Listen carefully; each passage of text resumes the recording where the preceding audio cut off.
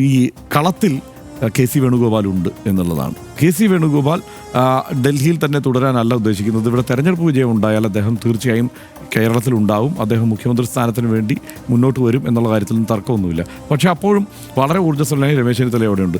എനിക്കതിൽ ഏറ്റവും രസകരമായി തോന്നിയൊരു കാര്യം, ഞങ്ങളിവിടെ മുഖ്യമന്ത്രിമാരാകാൻ ധാരാളം പേരുണ്ട് എന്ന് തന്നെയാണ് പറയുന്നത് കോൺഗ്രസ് പറയുന്നത്. അതിന് യോഗ്യരായവർ ഞങ്ങളുടെ കൂടെ കുറേ പേരുണ്ട്. നമ്മളിങ്ങനെ നോക്കുമ്പോൾ ഒരു തെരഞ്ഞെടുപ്പിലേക്ക് പോകുമ്പോൾ ശരിയാണല്ലോ, നോക്കുമ്പോൾ വി.ഡി. സതീശനുണ്ട്, കെ.സി. വേണുഗോപാലുണ്ട്, രമേശ് ചെന്നിത്തലയുണ്ട്, വേണമെങ്കിൽ ശശി തരൂർ പോലുമുണ്ട് എന്നൊക്കെ കണക്കാക്കാവുന്ന ഒരു തലത്തിൽ നിൽക്കുമ്പോൾ ഇപ്പുറത്ത് പിണറായി വിജയനാണ് നയിക്കുന്നത്. അത് പ്രഖ്യാപിക്കപ്പെട്ടു കഴിഞ്ഞ ഒരു സത്യമാണ്. പിണറായി വിജയൻ ഈ തെരഞ്ഞെടുപ്പിനെ നയിക്കുന്നു. ഇത് 2 തലമുറയാണ്. ക്ഷമിക്കണം, ഈ UDF-നെ നയിക്കുന്നതും LDF-നെ നയിക്കുന്നതും.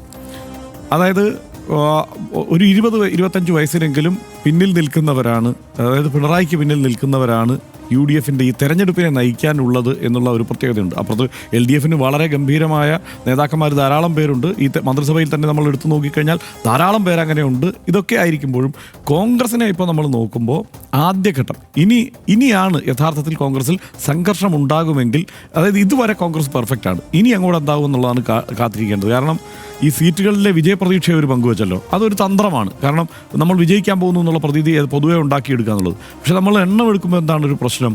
നമ്മൾ സീറ്റുകൾ കോൺഗ്രസിൻ്റെ കയ്യിൽ ആകെപ്പാടെ ഉള്ള സീറ്റുകളുടെ എണ്ണത്തിൽ നിന്ന് അവരെത്ര മുന്നോട്ട് പോകേണ്ടതുണ്ട് എന്നുള്ളത് ആലോചിക്കണം.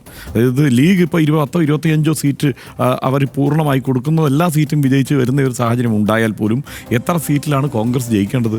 ഇപ്പോൾ കയ്യിലുള്ള 22-ന് അപ്പുറത്തേക്ക് എത്ര സീറ്റിൽ ജയിക്കണം? അതേത് സീറ്റാണ് എന്നുള്ള കണക്കും കൺഫ്യൂഷനും കോൺഗ്രസ്സുകാർക്കുണ്ട്. ആ കോൺഗ്രസ് കൺഫ്യൂഷൻ കൂടി പരിഹരിക്കാൻ വേണ്ടിയിട്ടാണ് ഒരു എണ്ണക്കണക്ക് അവർ പുറത്തു വിട്ടിരിക്കുന്നത്. ആ എണ്ണക്കണക്കിൽ ഒരു പ്രശ്നം നമ്മൾ കാണുന്നുണ്ട്. കാരണം കോഴിക്കോട് 8 സീറ്റ് ജയിക്കും എന്ന് അവർ പറയുന്നു. നമ്മൾ തിരിച്ചും മറിച്ചും എണ്ണം എടുക്കുമ്പോൾ അതിലേക്ക് നമുക്ക് എത്താൻ കഴിയുന്നില്ല എന്നുള്ള പ്രശ്നമുണ്ട്. തിരുവനന്തപുരത്ത് 4 സീറ്റിൽ അവർ വിജയിക്കുമെന്ന് പറയുന്നു. 14 സീറ്റ് കഴിഞ്ഞോണം ഈ 13 സീറ്റിൽ LDF വിജയിച്ച സ്ഥലത്താണ്. അവിടെ 4 സീറ്റിൽ വിജയിക്കുമെന്ന് പറയുന്നുണ്ട്. നമ്മൾ കണക്ക് കൂട്ടിയെടുക്കുമ്പോൾ അതിലേക്ക് നമുക്ക് എത്താൻ കഴിയുന്നില്ല എന്നുള്ള പ്രശ്നം നമുക്കുണ്ട്. ഇത് ആത്യന്തികമായി എന്തിനു വേണ്ടിയിട്ടുള്ളതാണ്? സംഘടനയെ ആത്മവിശ്വാസത്തോടെ ഉണർത്താൻ വേണ്ടിയിട്ടുള്ളതാണ്. അതിലവർ വിജയിച്ചിട്ടുണ്ട്.